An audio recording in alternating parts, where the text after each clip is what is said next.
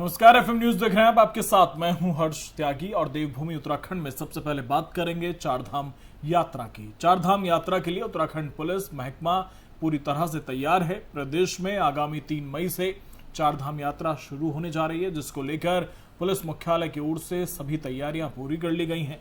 यात्रा की शुरुआत से लेकर समापन तक पुलिस महकमा पूरी तरह से चुस्त और दुरुस्त रहता है और यही वजह है कि पुलिस मुख्यालय की ओर से अपनी सभी तैयारियों को अंतिम रूप दे दिया गया है। चारधाम यात्रा के दौरान सुरक्षा व्यवस्था से लेकर यातायात को कंट्रोल करना पुलिस के लिए एक बड़ी चुनौती रही है। इस बार पुलिस प्रशासन ने खुद को बेहतर साबित करने की बात कही है और यात्रा मार्ग के कुछ हिस्सों में सड़कें सिंगल लेन हैं, जिसको लेकर यातायात व्यवस्था में कुछ व्यवधान आ जाते हैं और इस लिहाज से पुलिस के सामने यातायात व्यवस्था और कुछ एक इलाकों में पार्किंग व्यवस्था को बेहतर बनाना एक बड़ी चुनौती होगी। वहीं पुलिस मुख्यालय की ओर से जारी आदेश के अनुसार व्यवस्थित पार्किंग सुविधा का भी चिन्हीकरण किया जा रहा है, जिससे यात्रा में आने वाले लोगों को बेहतर पार्किंग की व्यवस्था मिल सके।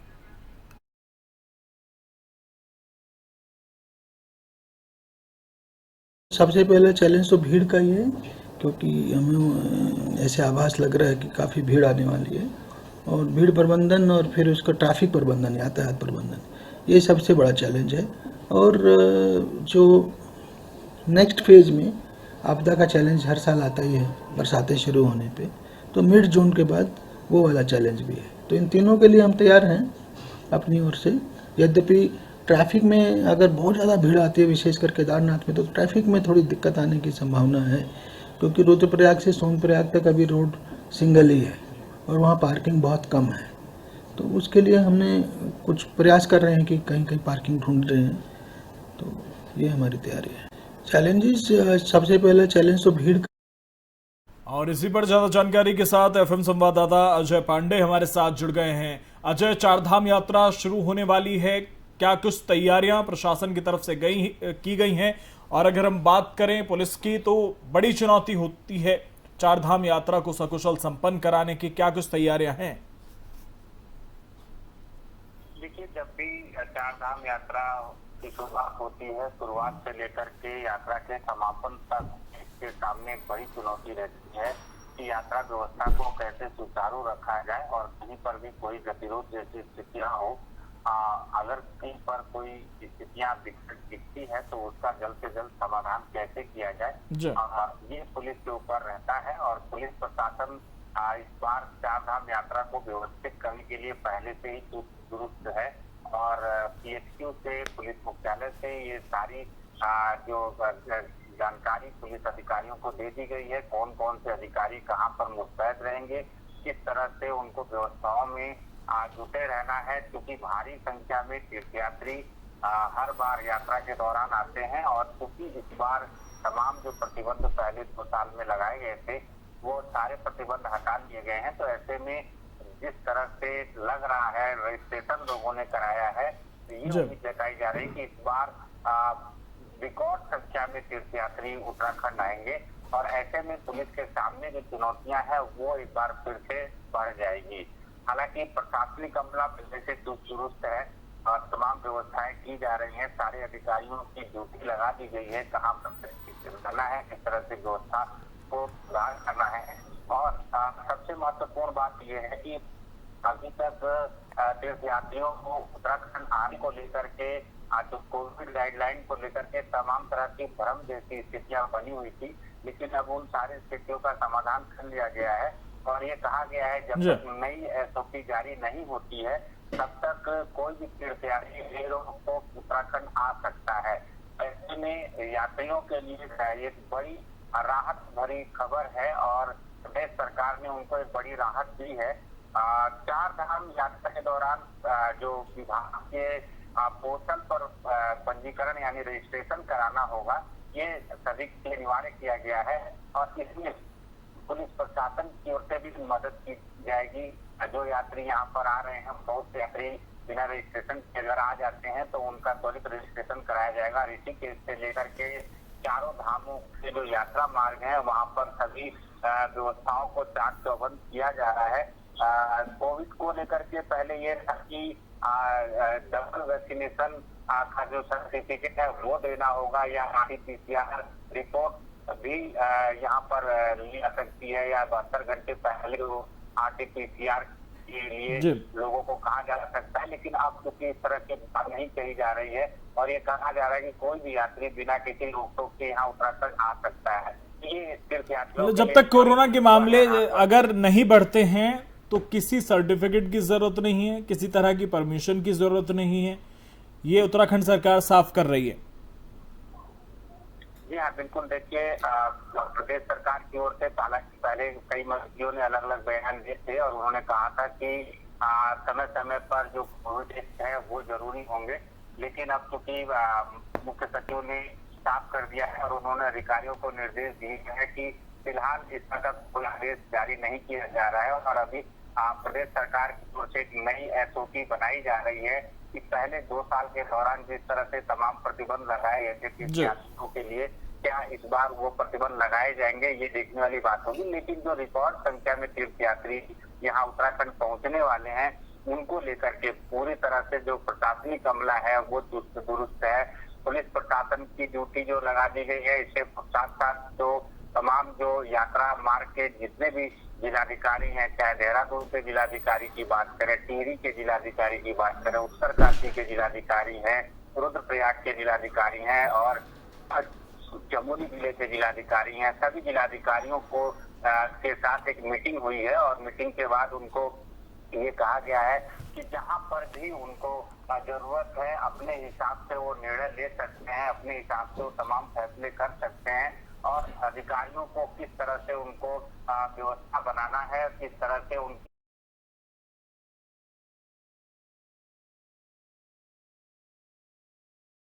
SSP के ऊपर भी जिम्मेदारी सौंपी गई है। और खासतौर पर जो पर्यटन मंत्री सतपाल महाराज ने भी अधिकारियों के साथ बैठक की है। बिल्कुल अजय, कहीं ना कहीं एक कोशिश की जा रही है कि यात्रा को सुलभ बनाया जा सके, यात्रा को आसान बनाया जा सके। क्योंकि जब गाइडलाइन के बारे में जनता सुनती है, क्योंकि पिछले 2 साल में हमने देखा कि जब तमाम तरह की गाइडलाइन सामने आई कि इन गाइडलाइंस का आपको पालन करना होगा, तो यात्रा पर प्रभाव पड़ा। और उत्तराखंड जैसे राज्य जहां पर 4 धाम है, राजस्व के लिहाज से भी ये यात्रा बेहद महत्वपूर्ण मानी जाती है। अगर उसमें कमी आती है तो एक बड़ा नुकसान सरकार को होता है। तो सरकार हर संभव कोशिश कर रही है कि जब तक हालात सामान्य हैं तब तक किसी तरह की गाइडलाइन या किसी तरह के नियम बेवजह ना बनाए जाए।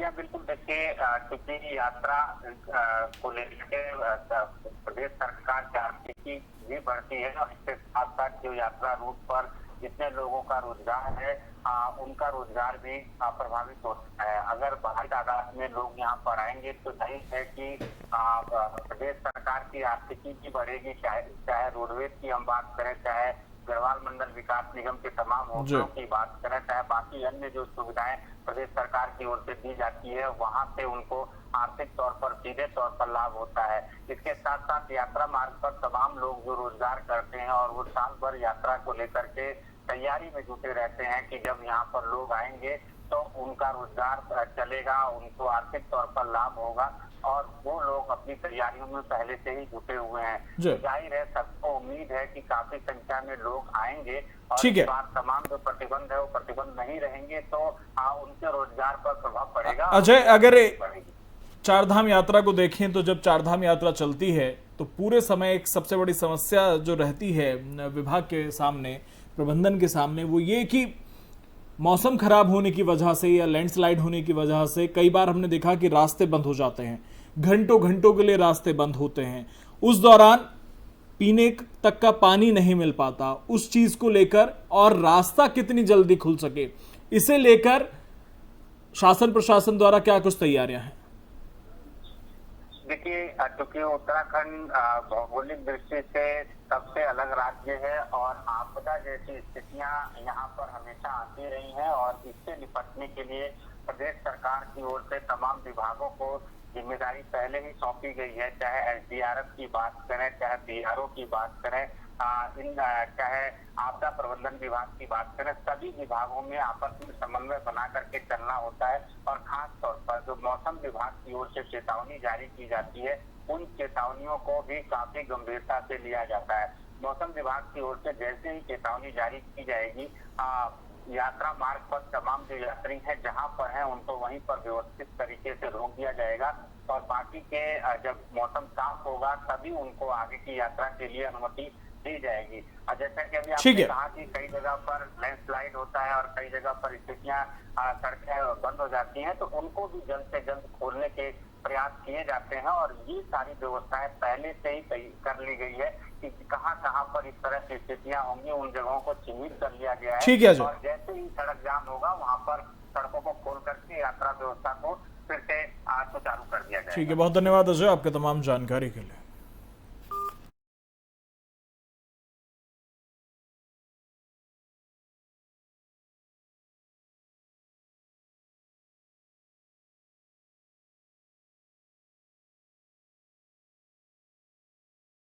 तो चारधाम यात्रा को लेकर तैयारियां पूरी हैं और वहीं धर्मनगरी हरिद्वार से चारधाम यात्रा के लिए गुजरात से आए श्रद्धालुओं का आज पहला जत्था माया देवी के प्रांगण से रवाना हुआ। यात्रियों को चारधाम रवाना करने के लिए राज्य सरकार के प्रतिनिधि के रूप में पूर्व कैबिनेट मंत्री स्वामी यतीश्वरानंद मौजूद रहे। आपको बता दें कि चारधाम को जाने वाले पहले जत्थे में गुजरात से आए जोशी परिवार के लगभग 40 लोग शामिल हैं और चारधाम यात्रा को लेकर जहां व्यापारी खासे उत्साहित नजर आ रहे हैं, तो वहीं यहां पहुंच रहे श्रद्धालुओं में भी खासी उत्साह देखने को मिल रहा है।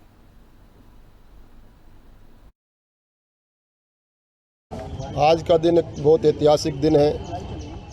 जो हमारा माया देवी प्रांगण एक बहुत प्रसिद्ध धार्मिक स्थान है, वहाँ से चारधाम यात्रा का शुभारंभ किया गया है और सबसे पहला दल जो हमारा चारधाम यात्रा में जा रहा है हरिद्वार से, वो गुजरात के हमारे श्रद्धालु हैं और सरकार ने सारी व्यवस्थाएं पूरी कर ली गई हैं। माननीय मुख्यमंत्री जी और हमारे पर्यटन मंत्री जी लगातार किसी भी यात्री को किसी भी प्रकार की कोई दिक्कत ना हो, उसकी सारी व्यवस्थाएं बड़ी चकाचौंध हों, इसके लिए हर रोज़ मॉनिटरिंग करते हैं और अधिकारियों से माननीय मुख्यमंत्री जी उसके बारे में जानकारी लेते हैं। जो भी हमारे उत्तराखंड में श्रद्धालु आएंगे वो हमारे अतिथि हैं। हमारी संस्कृति अतिथि देवो भव है।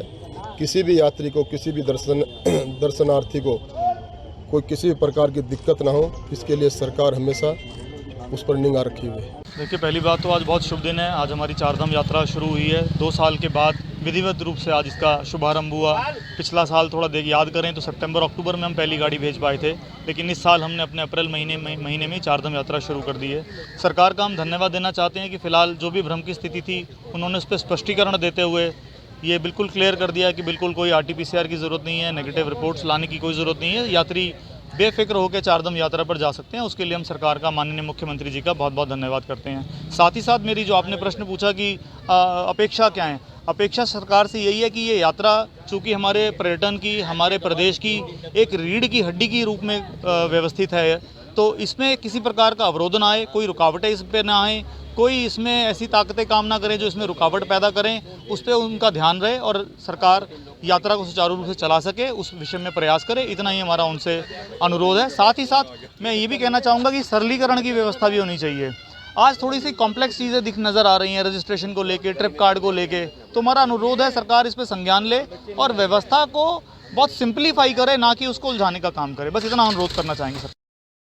बात करते हैं राजधानी देहरादून की। राजधानी देहरादून में सरकारी जमीनों पर अतिक्रमण के मामले में नगर निगम प्रशासन पूरी तरह से एक्टिव मोड में है। शहर के कई क्षेत्रों में ध्वस्तीकरण की कार्रवाई कर निगम की जमीनों को कब्जे से मुक्त किया जा रहा है और पिछले कई दिनों से निगम प्रशासन की टीम JCB के जरिए अतिक्रमण को हटाने में जुटी है। सहस्त्रधारा रोड स्थित राजेश्वर नगर में निगम की जमीन पर बनाए गए पार्क को JCB ने ध्वस्त कर दिया। 3 दिन पहले इस पार्क का उद्घाटन किया गया था। पार्क में लगाए गए शिलापट को भी हथौड़े की मदद से तोड़ दिया गया। हालांकि वहां मौजूद कुछ लोगों ने इसका विरोध किया, लेकिन पुलिस के आगे उनकी एक नहीं चली। इसके साथ ही रायपुर के अधोईवाला क्षेत्र में निगम की भूमि पर किए गए अतिक्रमण को ध्वस्त किया गया। इस दौरान 2 दुकानों और एक मकान को JCB की मदद से ध्वस्त किया गया।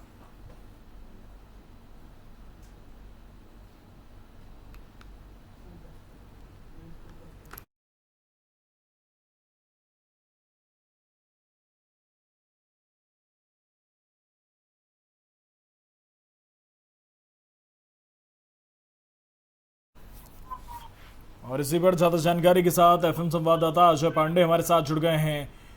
अजय, जो अतिक्रमण के खिलाफ बुलडोजर चला है, किस किस क्षेत्र में चला है और कौन कौन से क्षेत्र आगे भी चिन्हित किए गए हैं?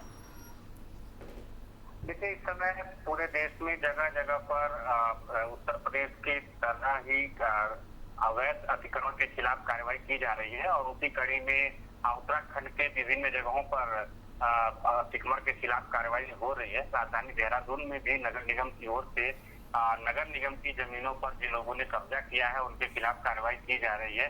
तमाम जगह चिन्हित कर लिए गए हैं और उनके खिलाफ कार्रवाई की जा रही है। राजधानी देहरादून के मुख्य मार्गों पर कई जगहों पर जहां पर चाहे व्यापारियों ने कब्जा किया है या अवैध तरीके से वहां पर निर्माण कार्य किए गए हैं, उन सारे अवैध निर्माणों को ढहाया जा रहा है। इसी तरह से चाहे राजपुर रोड के क्षेत्र की बात करें, चाहे हम सुधारमा रोड की बात करें, चाहे धर्मपुर वाले हिस्से की बात करें, चाहे प्रेमनगर के कई क्षेत्रों की बात करें, इन तमाम जगहों पर इस तरह की कार्रवाई की जा रही है। ध्वस्तीकरण की जो कार्रवाई है वो की जा रही है। लोगों को पहले ही नोटिस दिए गए हैं कि उन्होंने उन तमाम जगहों पर अवैध तरीके से कब्जा किया हुआ है, उन कब्जों को समय से पहले ही वहां से हट जाएं। लेकिन जो लोग नहीं मान रहे हैं उनके खिलाफ नगर निगम प्रशासन की ओर से कार्रवाई की जा रही है। पहली बात तो ये है कि कार्रवाई की जा रही है, लोगों को प्रशासन के डंडे का डर भी दिखाया जा रहा है और बाकी अन्य लोगों को जागरूक किया जा रहा है कि अगर कोई भी व्यक्ति सरकारी जमीनों पर कब्जा करेगा तो उसके खिलाफ इसी तरह की कार्रवाई की जाएगी। आप समझ सकते हैं कि प्रशासन के जो लोग हैं एक तरफ से कार्रवाई कर रहे हैं, लेकिन उनकी ढिलावाली की वजह से, उनकी कमियों की वजह से इन जगहों पर लंबे समय से लोगों ने अतिक्रमण कर रखा है और जब वो अतिक्रमण करते हैं उस समय उनके खिलाफ कार्रवाई नहीं की जाती है।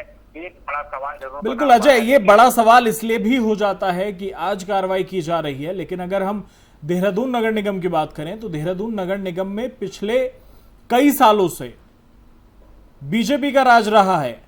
शुरुआत से अगर आप देख लीजिए तो लगभग 15 साल से बीजेपी वहां पर नगर निगम में है और उसके बाद आज ये कार्रवाई शुरू हो जाती है। 15 साल तक आप देखते रहे, अवैध निर्माण होते रहे और अब जाकर जब लोगों ने वहां पर अपने घर बना लिए, घर बसा लिए, तब आपको ध्यान आ रहा है कि अतिक्रमण हो गया है इतने लंबे वक्त में, क्योंकि इसमें आप किसी और को भी दोषी नहीं ठहरा सकते हैं।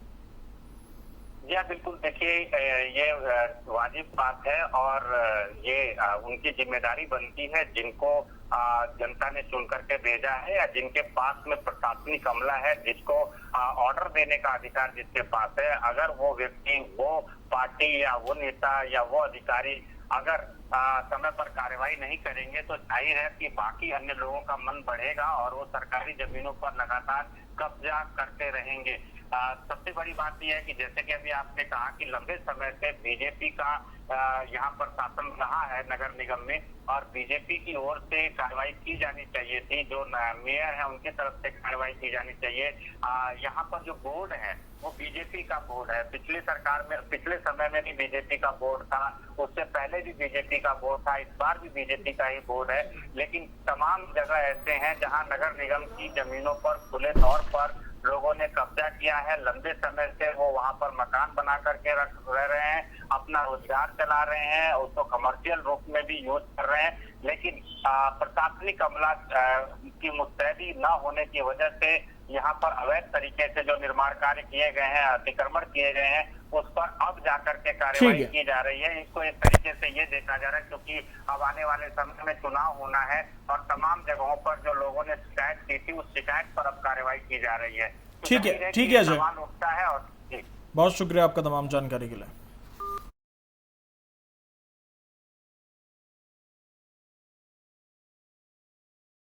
जरूरी है, लेकिन सवाल ये कि उस कार्रवाई का समय क्या है। अगर बीमारी का इलाज शुरू में ही कर दिया जाए तो बीमारी बढ़ेगी नहीं, ज़्यादा नुकसान नहीं पहुंचेगी। लेकिन अगर बीमारी को आप खुद से पनपने दे रहे हैं तो वो आपके लिए ही एक समस्या बन जाएगी। तो सवाल ये कि अतिक्रमण पर कार्रवाई तो बेहद ज़रूरी है, लेकिन जब इसकी शुरुआत होती है तब क्यों कार्रवाई नहीं होती। साल इंतजार किया जाता है और उसके बाद एक दिन अचानक से प्रशासन जागता है और आदेश जारी कर देता है कि अतिक्रमण हटाया जाएगा।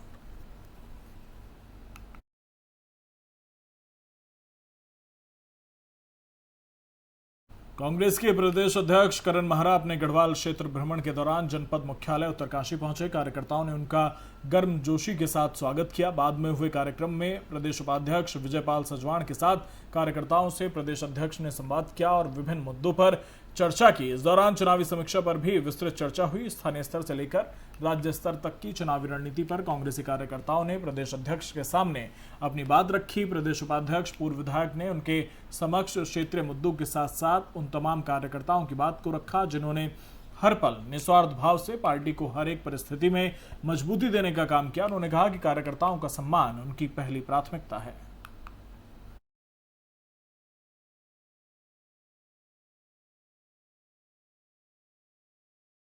शहरी विकास मंत्री प्रेमचंद अग्रवाल द्वारा विधानसभा स्थित सभा कक्ष में मसूरी देहरादून विकास प्राधिकरण के कार्यों की समीक्षा बैठक की गई। बैठक में मंत्री द्वारा विकास प्राधिकरण की गतिविधियों की विस्तार से चर्चा करते हुए कहा कि समय पर नक्शा पास किया जाए। उन्होंने नक्शा पास करने की प्रक्रिया सुगम बनाए जाने के निर्देश दिए। उन्होंने 15 दिनों में आवासीय और 30 दिनों में व्यवसायिक नक्शा पास करने की अवधि पर कड़ाई से पालन करने के निर्देश दिए। उन्होंने कहा कि विभाग द्वारा पास किए गए नक्शों की जानकारी वेबसाइट पर भी उपलब्धि के रूप में दी जाए। उन्होंने कहा कि यदि आर्किटेक्ट आपत्ति वाला नक्शा बार बार पेश करे तो उसके विरुद्ध भी कार्रवाई की जाए तथा विकास प्राधिकरण की छवि जनता के बीच सहयोगपूर्ण बनाई जाए।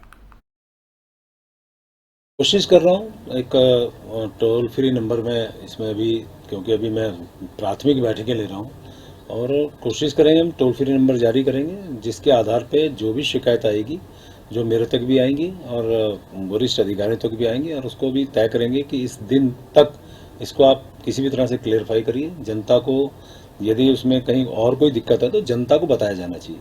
यानी कि समस्या यदि है तो समस्या का मतलब समस्या बढ़ाना नहीं है, समस्या का मतलब समस्या घटाना है। तो टोल फ्री नंबर जारी करने का प्रयास करेंगे हम लोग। अभी मैं जो प्राथमिक बैठकें हैं, जैसे मेरी अभी HRDA की मीटिंग मेरे द्वारा ली गई, आज MDDA की मीटिंग हुई, इसी प्रकार के अन्य प्राधिकरण की बैठक के बाद हम टोल फ्री नंबर जारी करेंगे जिसके आधार पर जनता को राहत मिलेगी। कोशिश कर प्रदेश में वन अग्नि की 115 घटनाएं हुई हैं और जिनमें 149 हेक्टेयर से अधिक वन क्षेत्र प्रभावित हुआ है। इसे मिलाकर प्रदेश में इस फायर सीजन में वनों में आग लगने की 1558 घटनाओं में से 2581 हेक्टेयर से अधिक वन क्षेत्र प्रभावित हो चुका है। और मुख्य वन संरक्षक वनाग्नि और आपदा प्रबंधन निशांत वर्मा की ओर से जारी एक रिपोर्ट के मुताबिक अब तक हुई इन घटनाओं में पिथौरागढ़ निवासी एक महिला की मौत हुई है जबकि वन विभाग के 6 दैनिक और नियमित कर्मचारी घायल हुए हैं। उत्तराखंड में पिछले साल वनों में आग की कुल 2780 घटनाएं हुई थी जिनमें से 3927.13 हेक्टेयर वन क्षेत्र प्रभावित हुआ। मुख्य वन संरक्षक वनाग्नि और आपदा प्रबंधन निशांत वर्मा के मुताबिक बीते साल इन मामलों में 2 लोगों की मौत हुई थी जबकि 3 लोग घायल हुए थे।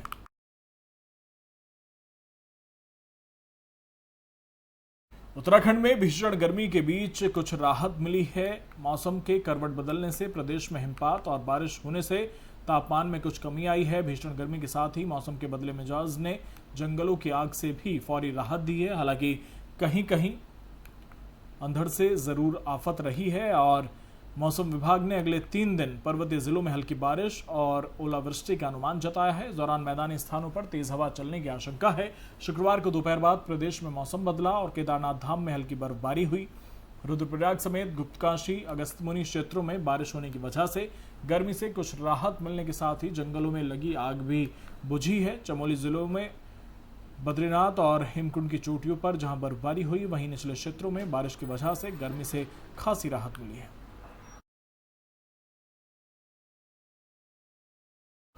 तो फिलहाल मेरे साथ इतना ही। बने रहिए FM न्यूज के साथ। नमस्कार।